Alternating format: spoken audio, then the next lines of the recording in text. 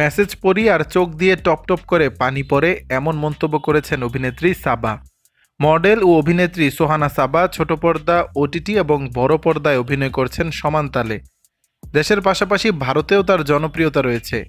তিনি দেশটির Jaipur international film ফেস্টিভ্যালের বিচারক হিসেবে মনোনীত হয়েছেন। বর্তমানে ভারতে রয়েছেন সাবা। সামাজিক যোগাযোগ মাধ্যমে সেখান থেকে একটি ছবি প্রকাশ করে দীর্ঘ পোস্ট দিয়েছেন তিনি।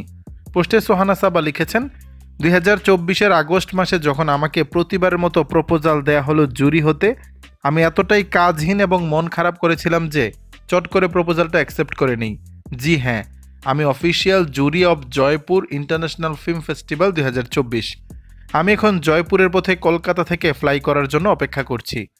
অভিনেত্রী আরও লিখেছেন, একটা কথা বলতে চাই, আগে শুধু আমি আমার অভিনয় বা আমার কাজের ভক্ত পেয়েছি আজীবন, যারা আমাকে আমার কাজের জন্য ভালোবাসতো।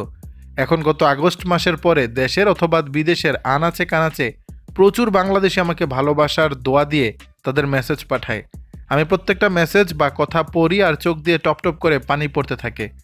কবরী পরিচালিত আয়না সিনেমা দিয়ে বড় পর্দায় পা রাখেন সাবা। এরপর বেশ কিছু সিনেমায় অভিনয় করে দর্শকপ্রিয়তা পেয়েছেন। ডিভোর্সের পর থেকে ছেলেকে নিয়ে একাই পথ চলছেন এই অভিনেত্রী। দর্শক, বিষয়টি নিয়ে আপনাদের মতামত জানাবেন নিচের কমেন্ট বক্সে।